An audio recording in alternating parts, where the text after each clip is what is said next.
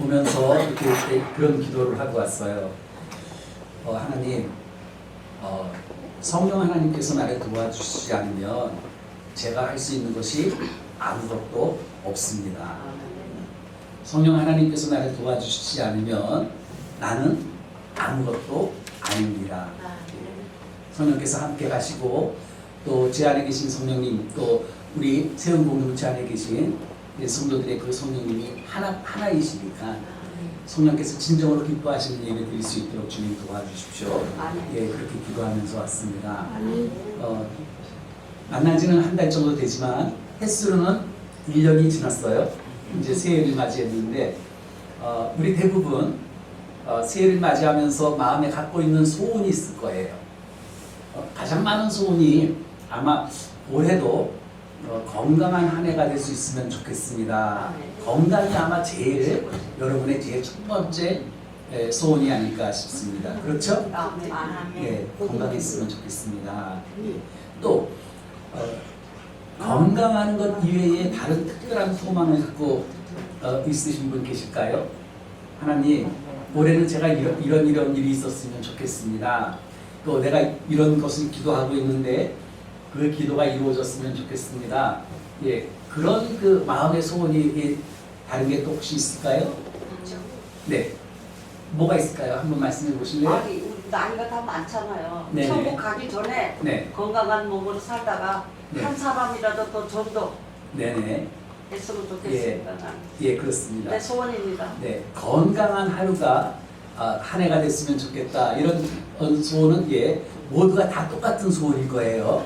예, 그런데 권사님은 지금 그 소원 말고 한 사람이라도 더 예수님을 전하고 그리고 예수님을 믿게 했으면 좋겠다. 예, 그런 소원을 갖고 계십니다. 예, 우리 박수 한번 쳐드릴까요? 예, 또 말씀해 보시겠어요? 어떤 소원이 있으신지? 저는 아들이 하나 있는데요. 네, 예수를 안 믿어요. 네네, 예수 믿으라 그러면은 네, 믿어드릴게요 그래요. 네, 기가 막혀 죽겠어요. 네. 제발 예수 믿게 됐으면 좋겠습니다. 네, 고맙습니다. 그렇습니다. 예, 우리 가족 중에서 특히 자녀들 중에서 예수를 안 믿는 자녀가 있을 때 정말로 마음 아프죠. 기가 그렇죠? 막혀요. 예, 아마 이 자리에도 지금 말씀하신 분 이외에도 자녀들이 아직 예수를 믿지 않아서 올해만큼은 꼭 우리 자녀가, 우리 아들이, 우리 딸이, 우리 사위가 또 우리 며느리가 예수를 믿었으면 좋겠습니다. 예, 그런 소원 갖고 계신 분들도 꽤 많으실 거예요. 네. 제가 지난 월요일 날 생각이 나네요. 월요일 날 저한테 그 아침 일찍 연락이 와서 그래서 저한테 이 상담을 좀 해주실 수 있습니까? 예, 그런 그 전화를 받았어요.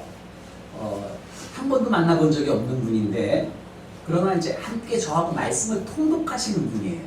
그래서 매일 저하고 똑같은 말씀의 그 분량을 갖고 말씀을 읽고 또 그 말씀을 갖고 그날 주신 말씀 중에서 특별히 하나님이 나한테 주신 말씀이다 라면 그 말씀을 붙잡고 기도하고 그리고 통독방에다가 그 말씀을 올려요. 기도문을 올려요. 예, 그런 그 통독방을 운영하고 있는데 지금 오늘 아침에 새로 한 명이 또 들어오셔가지고 75명이 지금 통독을 하고 있습니다. 예, 근데 그분 중에 한 분이세요. 근데 얼굴은 몰라요. 만나본 적도 없어요. 근데 그분이 상담을 요청을 하셔가지고 그래서 제가 좋습니다. 언제 시간이 좋으신가요? 그러시길래 언제라도 좋습니다. 왜요? 복음을 전하고 또 힘들어하고 있는 분들을 위로하고 그리고 격려하는 일만큼 중요한 것이 어디 있겠습니까? 예, 그래서 제가 오늘이라도 좋습니다. 그래서 그날 1시 반에 제가 그분 댁 차가 오는 분이에요. 그래서 그분 댁 근처로 가가지고 만났습니다. 1시 반에 만나가지고서 한참을 얘기를 하고서 이제 끝내고서 딱 시간을 보니까 5시 반이 됐어요. 4시간이 순식간에 지나갔어요. 그런데 그 내용이, 상담하는 내용이 너무너무 가슴이 아프다. 너무너무 가슴이 아픈 거예요. 얼마나 힘들었을까. 내가 변화되게 해주십시오. 그래서 자식이 먼저, 예? 내가 어머니의 변한 모습을 내가 보니 나도 예수 믿고 싶네요. 나도 예수 얘기 좀 해주세요. 나도 교회 좀 데려가세요. 예, 이런 얘기가 나오기를 주님의 이름으로 축복합니다. 아멘. 오늘 함께 나눈 말씀이 갈라디아서 2장 20절 말씀이에요. 한 절 말씀인데 제가 천천히 읽겠습니다. 여러분 아실 거예요. 내가 그리스도와 함께 십자가에 못 박혔나니 그런즉 이제는 내가 사는 것이 아니요 오직 내 안에 그리스도께서 사는 것이라. 이제 내가 육체 가운데 사는 것은 나를 사랑하사 나를 위하여 자기 자신을 버리신 하나님의 아들 바로 예수를 믿는 믿음 안에서 사는 것이다. 이 말씀을 여러분 드리도록 하겠습니다. 목사님이 이렇게 매번 여러분이 들으시는 모습을 이렇게 찍으시잖아요. 찍으시면 유튜브에다가 올리세요. 그리고 저한테도 보내주세요. 예.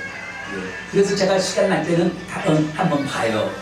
그랬더니 보니까 뭐 유명한 레크레이션 강사도 오셔가지고 막 여러분이 정말 너무너무 환한 모습으로 따라 하시는 걸 보고서 저도 좋은 거예요. 근데 큰일 났다. 몇 달 전에는 그래도 찬양팀이 같이 왔는데 언제서부턴가는 찬양팀도 없어요. 물론 우리 이쪽에 세움 시스터즈는 있습니다만 예, 찬양팀이 없어요. 그러니까 1시간을 저 혼자 말해야 돼요. 재미없으면 어떡하지? 아니야, 예배는 재미로 드리는 것이 아니지. 그러면 어떻게 해야 되나? 정말로 은혜가 되는 말씀을 내가 준비해야지. 그래서 더 준비를 하게 돼요. 예. 그래서 여러분 혹시 레크레이션 강사가 같이 뭐 즐겁고 또 이렇게 워십팀이 와가지고 멋진 그 율동도 하고 예, 그렇게 하지는 못한다 할지라도 말씀으로 은혜 받으셔야지 돼요. 아멘. 어느 날 그 수도원이라고 있죠. 이 성당에 보면은 이 수도원이 있어요. 그 수도원은 한번 들어가면은 특별한 일이 없는 한 거의 평생을 거기서 기도하면서 말씀 보면서 그렇게 사는 곳이 이 수도원이잖아요. 그런데 그 수도원에 그 수도사가 있는데 그 수도사의 제자가 그 수도사를 찾아갔습니다. 그래서 와서 물어보기를 선생님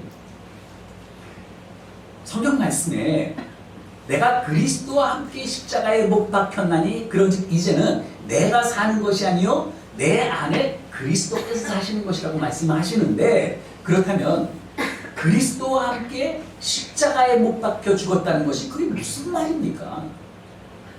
나도 그런 큰 십자가를 만들어 가지고 거기에 나도 못 박혀서 죽으라는 그런 말씀입니까? 그건 아니잖아요. 그렇게 물어봤어요.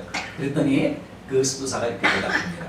그래요? 그러면은 공동묘지에 가서 무덤에다 대고 욕이란 욕은 돌아다니면서 무덤마다 욕이란 욕은 다 한번 해봐. 그리고서 와라. 그래서 제자가 선생이 시키니까 선생이 시키는 대로 공동묘지를 찾아갔어요. 지금 같으면 낙골당을 찾아갔을지도 모르겠어요. 그래서 거기다 대고 이제 있는 욕 없는 욕을 다 해갔어요.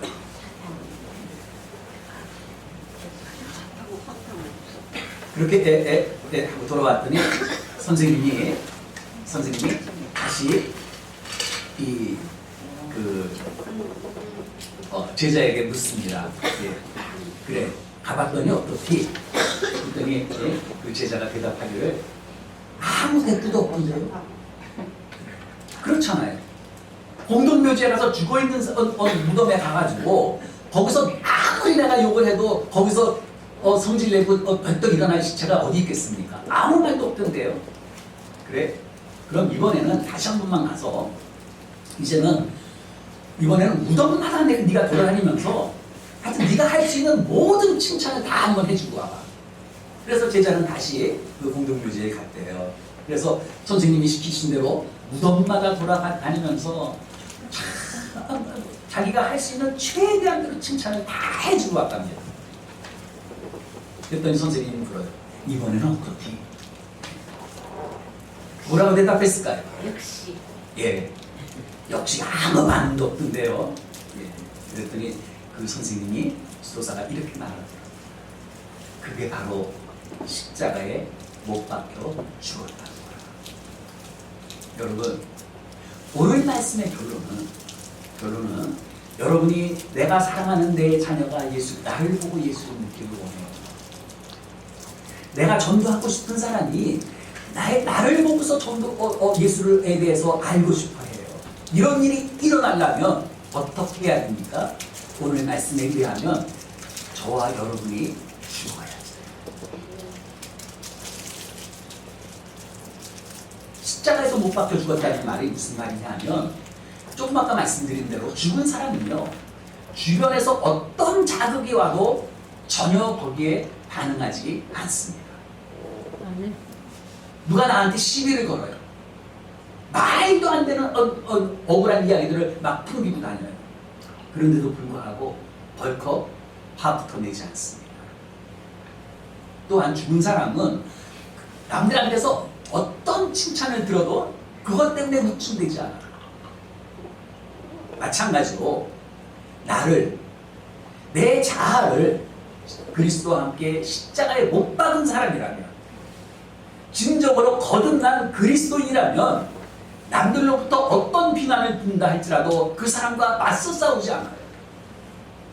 다른 사람들이 나를 아무리 높여주고 칭찬을 해도 그것 때문에 우쭐해서 교만하지 않는다. 아멘. 이것이 우리가 그리스도를 믿는 그리스도인으로서의 정체성이라는 것이에요. 그런데 예수 그리스도를 구세주와 그리고 주님으로 영접했잖아요. 이제는 하나님이 나의 아버지시잖아요.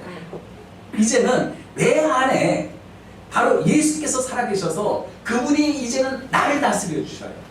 그리고 그분께 나는 내 삶을 아예 다 맡기겠습니다. 이렇게 다짐하는 성도들이 여전히 사람들과 불화하고, 그리고 자기밖에 모르는 그런 이기적인 삶을 그래도 살고 있는 이유가 과연 뭐냔 말이에요.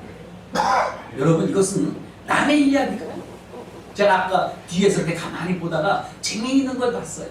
여러분 교회에 오실 때 가방 같은 거 갖고 오셨죠? 밀고 오신 분도 계시고 들고 오신 분도 계실 거예요. 그거 어떻게 하셨어요? 다 벗어서 옆에 내려놨죠. 그렇죠? 아니에요? 맞아요. 그렇죠. 딱 한 분이 아직도 밀고 계신 분이 있어요.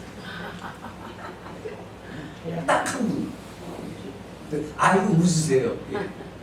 전에 시골길에 어떤 그 예수 믿는 사람이 차를 몰고 가는데 비포장도로예요. 막 차 달리는데 뒤에서 얼마나 먼지가 나는지. 근데 막 가고 있는데 어떤 할머니가 등이 약간 꼬부라져가지고 머리에다가 짐을 이고 그리고 양손에 짐을 복다리를 짚고서 하면서 걸어가고 계신 거예요. 그러니까 너무 딱하죠. 그래서 차를 가다가 세웠어요. 그래, 아유 할머니 어디 가세요? 그러니까 저기만 어디 갔는데 나도 그쪽으로 가니까 할머니 타세요. 아유 타도 될까요? 아유 타세요. 돈도 없는데 돈 안 받는 거예요. 그래서 할머니가 탔어요. 그래가지고 한참 뒤에 가고 있는데 요 차에 있는 위를 이렇게 뒤에 보니까 할머니가 여전히 땀을 빨빨빨 흘리고 있는 거예요. 왜 그랬을까요? 예? 번호가 신을 갖고 있습니다. 왜? 짐을 이고 미안해서 짐을 그대로 이고 있고 손에 이렇게 들고 있더래요. 예. 그 할머니 그거 다 편히 내려놓으세요. 내려놔도 돼요. 물론이죠. 내려놓으세요. 내릴 때 챙겨드릴게요. 예. 여러분, 우리가 예수를 믿는다는 것은요, 예수를 믿는다는 것은 내가 이제까지 짊어지고 있던 모든 짐을 누구한테요? 예수님께 맡기는 거죠. 자식의 문제도 어떻게 해야 돼요? 이제는 예수님께 맡겨야지. 내가 사랑하는 이웃, 그러나 아직도 예수를 믿지 못하는 그분들의 그 짐을 어떻게 해요? 예수님께 내려놓는 거예요. 그리고 이제는 그 대신에 성경에 보면 여러분이 이제는 내 멍에를 매라. 내 멍에를 매라고 하실 때 옛날 이스라엘에서는요, 즉 우리나라는 소가 한 마리가 이렇게 끌고 쟁기질을 하잖아요. 근데 이스라엘에서는 두 마리를 쌍으로 이렇게 한대요. 그래서 멍에가 이렇게 2개짜리예요. 그래서 하나는 예수님이 미시고 하나는 내가 믿고, 그래서 예수님하고 같이 멍에를 마고 가자. 그런데 성경에서는 내 멍에는 가볍다고 말씀하셨어요. 무거운 짐이 아니라는 것이에요. 우리가 예수를 믿고 정말로 내 사랑하는 사람이 예수를 믿고 나를 보고 예수를 믿고 그래서 하나님의 백성이 되려면 우리가 먼저 사람들과 화목하고, 그리고 내가 이제까지 우겼던 내 자아를 완전히 십자가에 못 박아놓는 것을 다시 한번 말씀드리고 싶습니다. 여러분, 솔직히 우리가 내가 죄인이라는 것을 알잖아요. 내가 죄인이라는 것을 깨닫고 이제는 예수께서 달리신 그 십자가에 내 죄와 함께 나 자신을 못 박았습니다 이렇게 고백하면서도 여전히 내 안에는 옛날 그 고집, 옛날의 그 성품을 버리지 못해서 툭 하면 내가 화를 내고 툭 하면 성질 부리고 감정이 요동쳐서 교회가 그 사람으로 인해서 시험에 들기도 하고 성도들에게 많이 상처를 입히는 이유는 과연 무엇일까? 오늘 본문에서는 그것이 내 안에 여전히 죽지 않는 것. 장아찌 아시죠? 죄로 찌들은 그런 장아찌 같은 내 자아가 아직도 시퍼렇게 내 안에 살아있기 때문이라고 오늘 성경이 이야기하는 거예요. 여러분, 우리가 자아를 십자가에 못 박읍시다라고 얘기할 때 그 자아가 무슨 뜻인가요? 자기 자신에 대한 어떤 욕심, 내 자신에 대한 어떤 욕망, 그리고 고집 때문에 내 안에 계신 예수님의 다스리심과 능력을 거부하는 태도, 그것이 자아다. 그런데 그것을 십자가에 못 박아야 된다라고 말씀하고 계신 거예요. 여러분, 3년 동안 따라다니는 예수님이 십자가에서 못 박혀주는 모습을 지켜본 제자들은요, 이제는 천국이고 다 필요 없어요. 왜? 예수님이 죽었으니까 끝났지.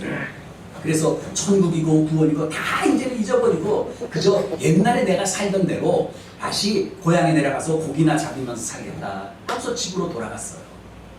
그런데 부활하신 예수님께서 그 고향에 내려가서 고기 잡고 있던 이 베드로를 찾아가신 거예요. 그리고서 멀찌감치 베드로를 지금 지켜보고 계셔요. 그런데 베드로는요, 예수님이 꿈에도 생각 못했어요. 예수님은 죽었어. 그래서 이제는 모든 게 끝났어. 그렇게 생각하고 있었기 때문에 부활하신 예수님께서 자기를 지켜보고 있다는 사실은 꿈에도 생각하지 못하고 밤새 혼자서 고기를 잡으려고 했지만 고기를 한 마리도 잡지 못했습니다. 그러자 예수님께서 배 오른편으로 그물을 던지라 이렇게 말씀하시고 그 말씀에 순종해서 다시 베드로가 그물을 던졌더니 배가 가라앉을 정도로 엄청난 고기를 잡는 그런 기적이 그 현장에서 일어났습니다. 사랑하시는 여러분, 우리가요, 그 베드로가 밤새 고기를 잡고 있을 때 멀찍이서 예수님이 베드로를 보고 계셨잖아요. 부활하신 예수님이 찾아오셔가지고. 그런데요, 항상 분명히 살아계실 때 내가 항상 너희와 함께 하겠다고 분명히 약속하셨는데 그 약속을 잊어버리거나 우리가요, 또 내 곁에 예수님이 계신데도 그 예수님을 우리가 알아보지 못한다면요, 예수님께서 내 안에 들어오셨지만 어찌 보면 우리는 그 예수님을 사랑방에 그냥 모신 그런 손님처럼 대하고 있어요. 만일 그렇다면 우리도 밤새도록 수고했지만 단 한 마리의 고기도 잡지 못하는 일이 일어날 수 있다는 것입니다. 바로 예수를 믿어야 했어요. 그러나 예수님을 내 인생의 주인으로 모시고 말씀대로 우리가 살기 시작하면 우리 인생의 그 빈 그물에도 물고기가 가득 차는 그런 기적을 우리가 맛보게 된다는 것이에요. 아멘. 그것은 한 가지예요. 예수를 내가 멋지게 아니면 예수를 잊고 사는가 아니면 정말로 예수님께서 나를 다스리어 주시기를 구하는가 거기에 의해서 우리의 인생의 그물이 빈 그물이 될 수도 있고 고기가 가득 찬 그런 그물도 될 수 있다는 것입니다. 그렇다면 결국 우리 인생에 예수님의 능력이 드러나지 못하고 있는 이유는 내가 예수를 분명 믿는데도 그 놀라운 예수 믿는 사람의 그 권세가 나에게서 나타나지 못하는 이유는 아직 내 자아가 예수님을 무시하고 여전히 내 마음대로 살고 싶고 내 고집대로 살고 싶고 그리고 이제까지 내가 경험했던 그 습관대로 살고 있기 때문이라고 결론을 내릴 수밖에 없습니다. 사랑하시는 여러분, 우리가요 예수님하고 싸운다면 누가 이길까요?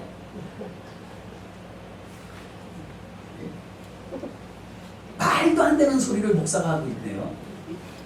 감히 우리가 예수님하고 싸우다니요. 그런데 말도 안 되는 질문이라고 생각하실지 모르겠지만 성경 민수기 20장 13절 말씀에 보면요 이렇게 분명히 적혀 있습니다. 이스라엘 자손이 하나님과 다투었다. 그렇다면 이제까지 우리가 얼마나 하나님께 대들고 싸우려고 했는지 솔직히 한번 생각해 보십시다. 예수 믿어라. 여러분 예수 안 믿을 때 예수 믿어라 함께 교회 갑시다 이런 얘기 들었을 때 좋아 가자라고 하신 분 한 분이라도 계세요? 몇 번이고 이 핑계대고 저 핑계대고 얼마나 애먹여쳤어요. 그러다가 오셨잖아요. 교회에 왔어요. 성경 말씀 좀 읽어라. 함께 기도의 자리에 나와서 하나님께서 기도의 자리에 나와서 나하고 기도를 통해서 나하고 좀 친밀하게 교제 좀 하자. 너희가 나에 대해서 잘 모르면서 나를 어떻게 믿어? 그러니 이제 나하고 말씀 좀 공부 좀 하자. 그 성질 좀 고치고 그리고 이제까지 잘못된 식습관도 제발 좀 버려라. 예배 빼먹지 마라. 심지어 참 창피하게도 지각 좀 하지 말아라. 예수님께서 우리에게 그렇게 말씀하세요. 마치 밥 안 먹겠다는 아이들 손가락 들고 쫓아다니는 그 엄마의 모습과 뭐가 다르겠습니까? 얼마나 참으셨어요? 얼마나 예수님께서 우리를 쫓아다니면서 통사정을 하셨어요? 그래도 우리는 그 뺀질거리는 아이처럼 들은 척도 안 했고 내 마음대로 살고 있었으니 이것이 예수님께 하나님께 대들고 하나님과 싸우자고 했던 것 아니고 뭐냔 말이에요. 주일에 예수님이 교회에서 나를 기다리고 계시는 줄 뻔히 알면서도 일이 바쁘다, 몸이 조금 아프다는 핑계로 예수님을 얼마나 여러분 많이 다른 맞췄습니까?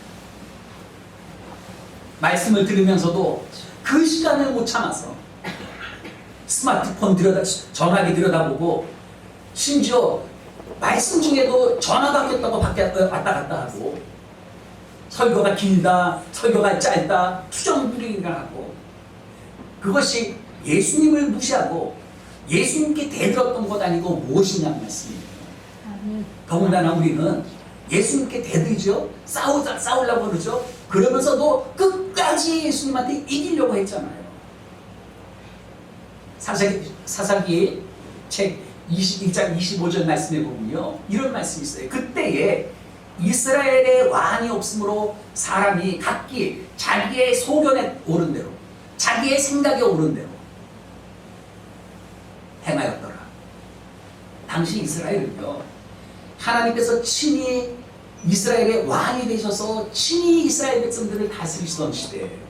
애굽에서 종살이 하던 그 사람 이스라엘을 불러내셔가지고 홍해 바다를 가르시고 하늘에서는 먹을 양식인 만나와 메추라기를 내려주시고 그리고 구름 기둥과 불 기둥으로 그들을 보호하시고 또 인도하셨으며 유단강 물을 멈추게 하시고 손가락 하나 까딱 하지 아니하고 여리고성을 무너뜨리는 그런 기적을 베풀어 주시면서 약속의 땅 가나안까지 그들을 인도해 줬잖아요. 그런데 그들은 기껏 그곳에 들여보냈더니 이방 여인들과 어울려가지고 우상을 섬기며 무려 400년이 넘도록 각기 자기의 소견대로 내 고집대로 죄를 반복하며 여호와 하나님을 거부하고 심지어 원망하고 하나님을 대적했습니다. 하나님과 싸우려고 하며 내 마음대로 내 생각이 옳은 대로 사는 것, 성경은 그것이 분명히 죄라고 얘기해요. 그리고 결국 그랬던 이스라엘은 망하고 말았어요. 여러분, 하나만 제가 더 여쭤볼게요. 혹시 신앙생활을 하시면서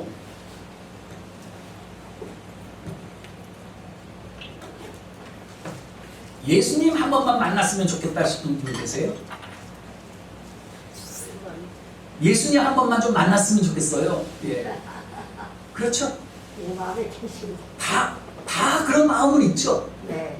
말은 안 해도. 예? 나 예수님 만나고 싶어요. 예. 그런데 그냥 이렇게 만나는 거 말고, 말씀으로 만나는 거 말고, 진짜, 예? 부모 만나듯이, 예? 친구 만나듯이 얼굴과 얼굴을 보고 만나고 싶어요. 이런 마음 없는 분 계세요? 누구든 다 있죠. 저도 그랬어요. 그래서 답답한 일이 있으면요, 기도하면서 예수님, 저 한 번만 좀 보여주세요. 한 번만 저한테 진짜로 말 좀 해주세요. 음성 좀 들려주세요. 이렇게 기도했던 적이 저도 꽤 있어요. 그러다가 어느 날 꿈속에서 예수님 그림에서 보던 그 예수님하고 비슷한 모습만 봐도 얼마나 감격하고 그것이 자랑이에요. 여보 내가 어젯밤에 예수님 만났어. 얼마나 자랑거리였습니까? 그런데 만일에 여러분, 예수님이 그렇게 한 번 살짝 모습을 보여주는 것 정도가 아니라 정말로 한평생 여러분하고 같이 살 여러분의 남편이고 아니면 여러분의 아내라면 정말로 여러분 행복하시겠어요? 한 번만이라도 예수님 얼굴 좀 보여주세요. 이렇게 했었는데, 그래 알았다. 그러고서는 그냥 한 번만 보여주는 것이 아니라 이제 아예 나랑 같이 살자 해가지고 예수님이 옆에 딱 붙어서 있다면 여러분 행복하시겠어요? 행복하실 것 같아요? 예, 부러워요. 거기에 끄떡끄떡 하시는 분들 보면 굉장히 부러워요. 예.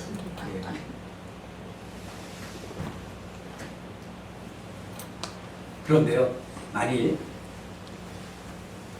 예수님이 일평생 나와 같이 살 그런 아내의 모습으로 오셨다면 저는 솔직히 지금의 제 이 모습 이대로라면 솔직히 행복할 것 같지 않아요.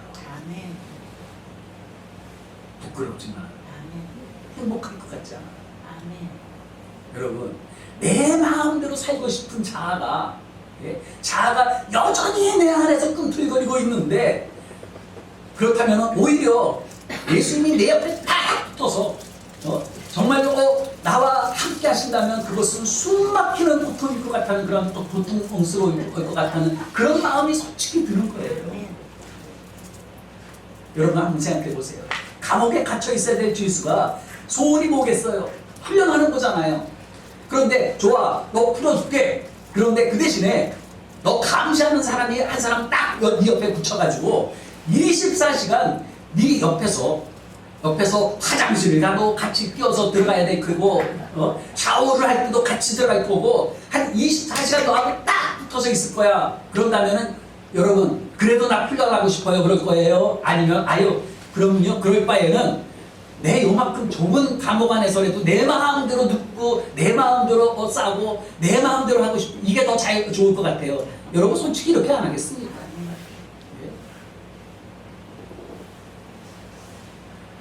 예수님이 교회의 머리예요. 그리고 교회의 주인이라고 고백하는 교회마저도 실상은 목사가 자기 주장이에요. 교인들은 또 자기 생각대로 하는 바람에 막상 예수님은 정말로 우리를 통해서, 우리 교회를 나를 통해서 하고 싶은 일이 있는 경우에도 그것을 못하는 경우가 솔직히 너무나 많습니다.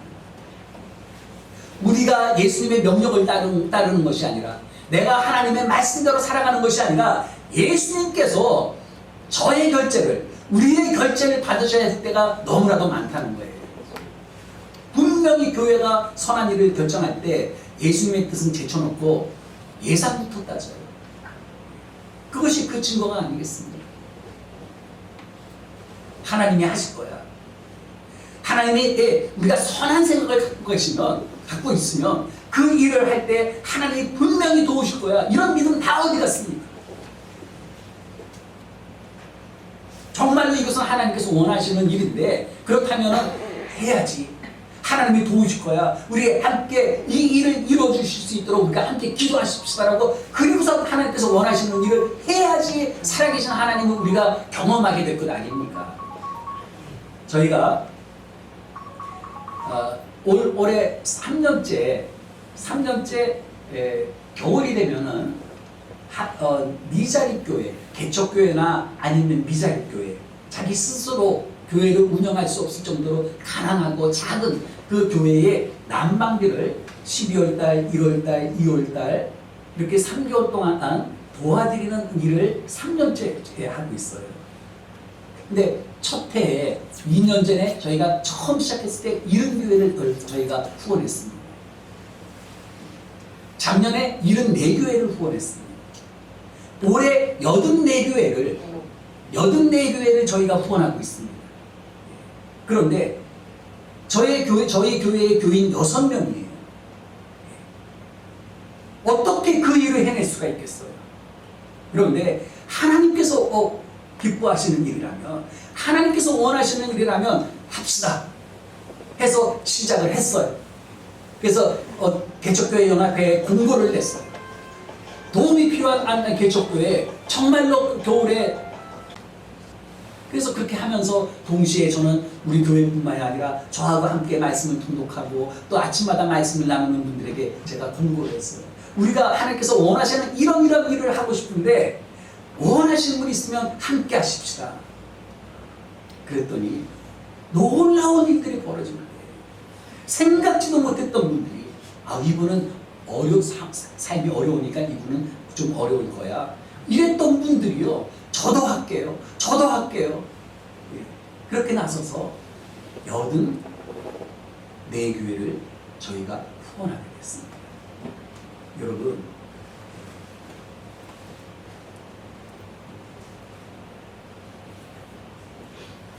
내 자아를 십자가에 못 박지 못하면 절대로 할 수 없는 거예요.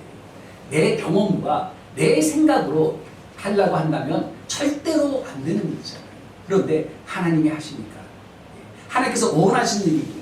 그래서 우리가 기도하면서 이 일을 이루어 나갑시다 했더니 그렇게 생각지도 않았던 분들이 그렇게 또 그 소문을 듣고 저하고 아무 관계도 없고 말씀도 같이 나누지 않고 통독도 같이 하지 않는 분인데 어느 친구, 자기 친구가 이렇게 얘기를 하면서 우리가 이렇게 하려고 그래. 그랬더니 그래? 교회도 안 다니시는 분이 나도 좀 그러면 좀 한 부장만 나도 좀 할 수 있게 해줘. 이렇게 모인 분들이 그 일을 해나가고 있는 거예요.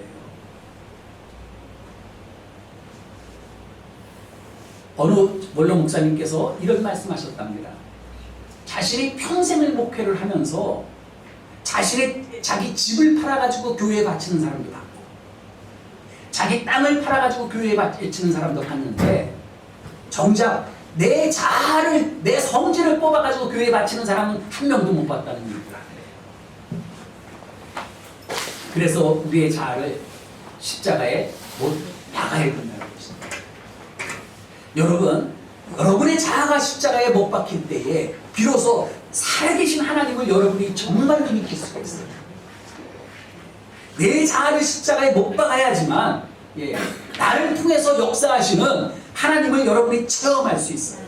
아멘. 여러분의 소원이 이웃 전도이십니까? 여러분의 소원이 내 자녀들이, 내 손주들이 예수 믿는 겁니까? 그렇다면은 지금이라도 내 자아를 십자가에 못 박는 그 놀라운 사건이 생기기만 하면은 하나님께서 일하셔요. 여러분, 내가 땀 뻘뻘 흘리면서 일해도 안 되는 것, 하나님은 하실 수 있습니다. 아멘.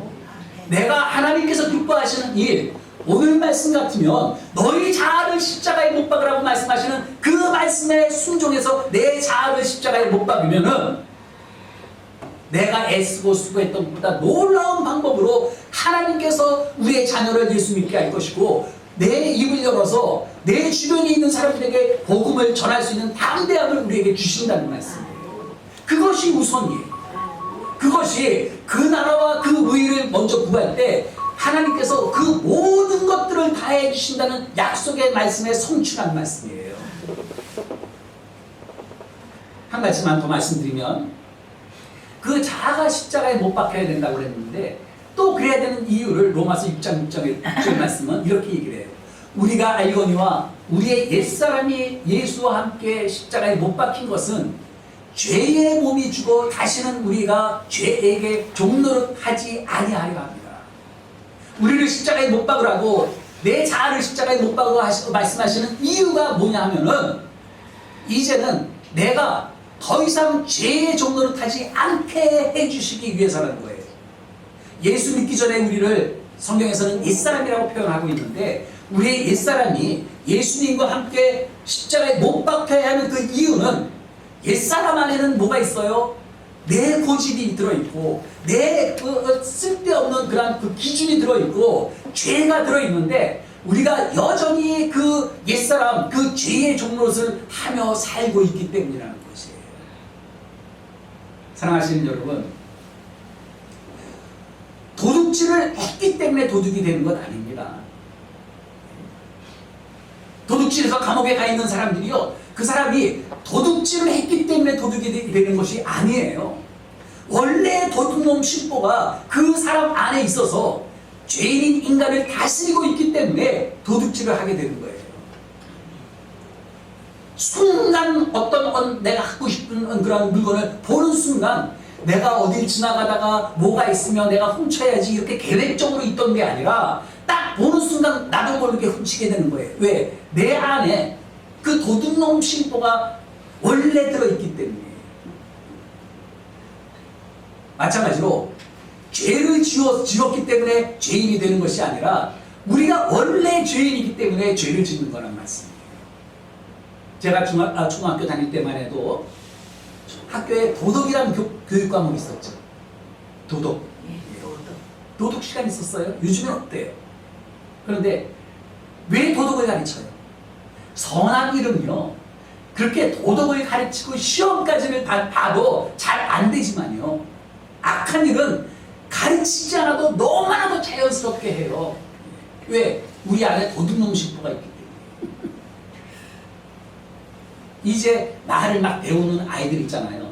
걷기 시작하고 이제 한 두 달쯤 되면 이제 말 배우기 시작하잖아요. 그런데 그 말 배우는 아이들이 안에 싫어 이런 것부터 먼저 하잖아요. 거짓말부터 먼저 하잖아요. 왜 그래요?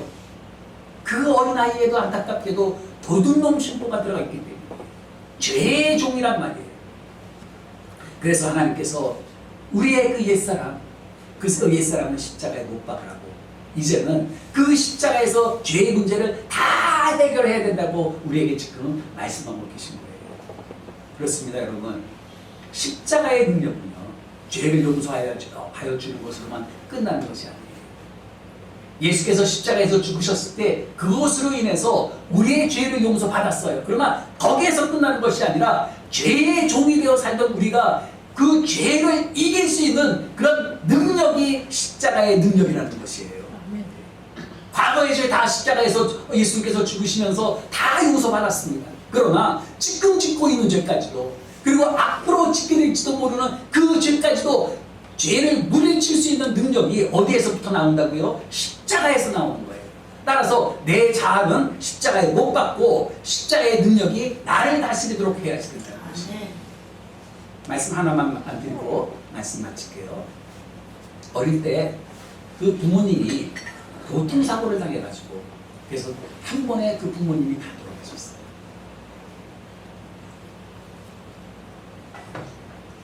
그런 바람에 졸지에 고아가 돼서 그 어린아이가 고모의 손에서 자란 한 소년 이야기입니다.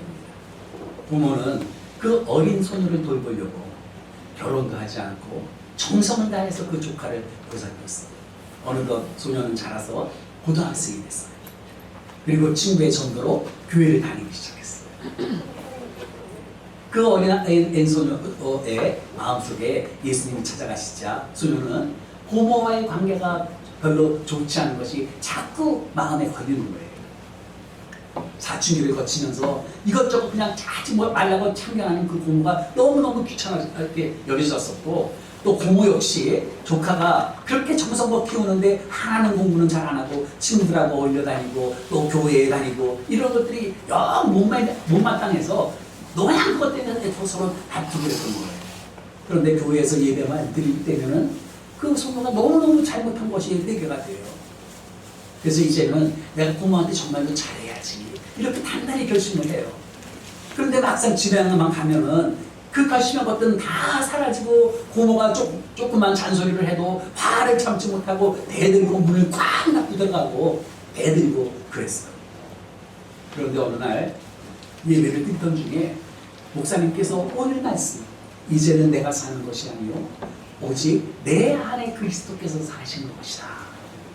이 말씀이 그 소녀의 가슴을 타버렸습니다. 그렇구나. 예수님께서 내 안에 계시기만 한다면 이제는 내가 아니라 내 안에 계신 그 예수님이 고모를 만났으면 좋겠다. 내 사랑하는 아들이 예수님을 만났으면 좋겠다. 예수님이 내 아들을 만나줬으면 좋겠다. 예수님이 내가 전도하려고 그러는 그 사람을 만나줬으면 좋겠다. 이런 마음을 갖게 된 거예요. 단단히 결심했어요. 그래서 집으로 돌아갔는데 막상 집에 들어가려고 현관 앞에 딱 섰는데 자신이 없는 거예요. 문 열고 들어가면 고모는 분명히 교회 갔다 왔다 또 야단칠 것이고, 그러면 나도 모르게 고모한테 데리고 싸울 것 같았어요.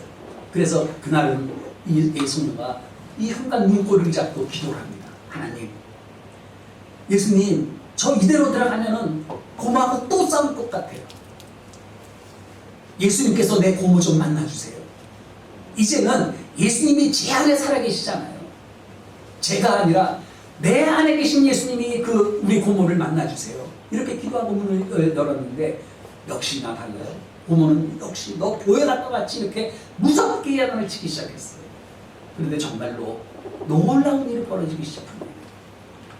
전에 같았으면 그 고모하고 싸우고 대들었을 텐데 소녀의 눈에 야단치는 고모의 모습은 보이지도 않는 거예요. 그리고 조카 때문에 결혼도 하지 아니하고, 그리고 쓸쓸히 나이 먹어 어느새 얼굴에는 주름살이 생기고 머리는 허옇게 물들어가는 그 고모의 불쌍한 모습이 그 눈에 들어오기 시작한 거예요. 소녀는 너무 마음이 아파서 그 고모에게 대드는 것이 아니라 고모에게 달려가서 그 고모를 막 끌어안습니다. 고모, 얼굴에 왜 이렇게 주름이 많아졌어? 언제 이렇게 흰머리가 난 거야? 나 때문에 이렇게 늙었지? 정말 미안해.